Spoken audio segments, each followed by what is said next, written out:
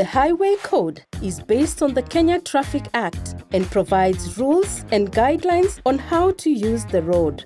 All road users, pedestrians, cyclists and motorists have a right to access the road, but they should always act responsibly so as to ensure safety for all.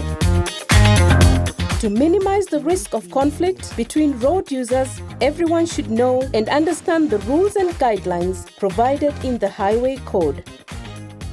Motorcycle taxis, popularly known as boda boda, provide a convenient alternative transport service. Riders and pillion passengers are advised to observe safety protocols at all times.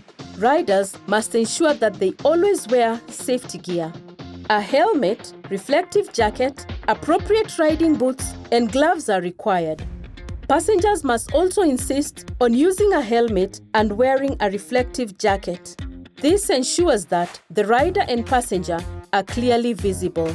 These measures will minimize the risk of serious injury in case of an accident.